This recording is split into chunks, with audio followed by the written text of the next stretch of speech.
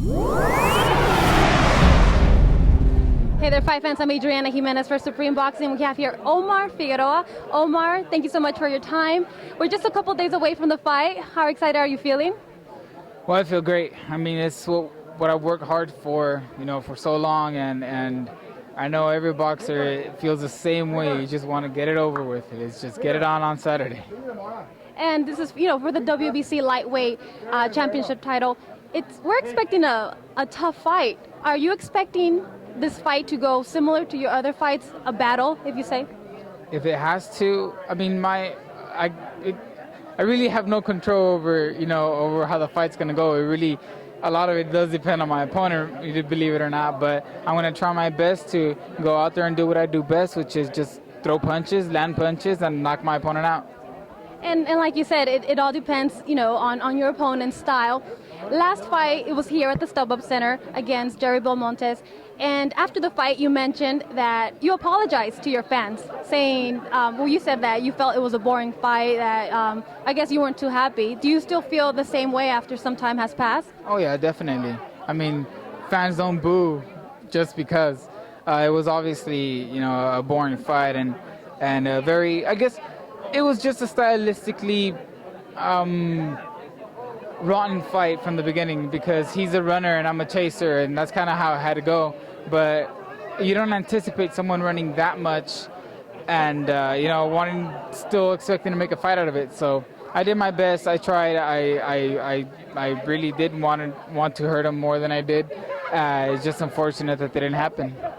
So what can you take from that fight if Estrada comes out in a similar fashion as Montez, and you don't want to give your fans a boring fight? What changes do you have to do? Well, first off, the changes happened off season.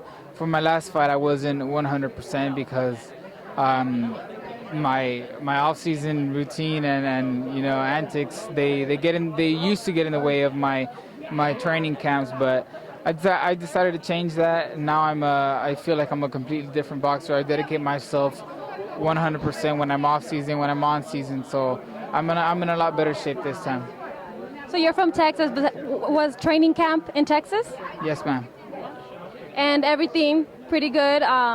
You said you trained for some specific things to help this fight be better. What were some of those changes? Well, like I said, first off, in the off season, I didn't take much time off, and I didn't eat like a maniac on my time off. I kept my weight, within reasonable reach, and everything. I really am proud of myself for how I behaved and how I carried myself in the off season, which led to a smooth transition into training camp. So, like I said, everything, it wasn't drastic from 0 to 100. I started at maybe 80 and kept it at a stable pace until now.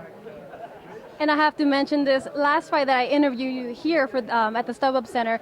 Again, your daughter was here and she was calling out your name, and she did the same thing at this press conference. How good does it feel to have your family here and just support you? Well, like I said, it's the most important thing for me. I don't know if it's just a Mexican tradition or my race, but being Mexican and family is the most important thing, and it will always be. And there's nothing. I don't even have friends outside of my family. I hang out with my cousins, my sister, and my brothers, and that's how it's always been. All right. Well, you know what? We wish you the best this Saturday night. We look forward to a great fight. Thank you so much, Omar. For Supreme Boxing, I'm Adriana Jimenez. Don't forget to follow us at Supreme Boxing on Facebook, Twitter, and Instagram. And make sure you hit the red subscribe button here on YouTube for the latest boxing updates.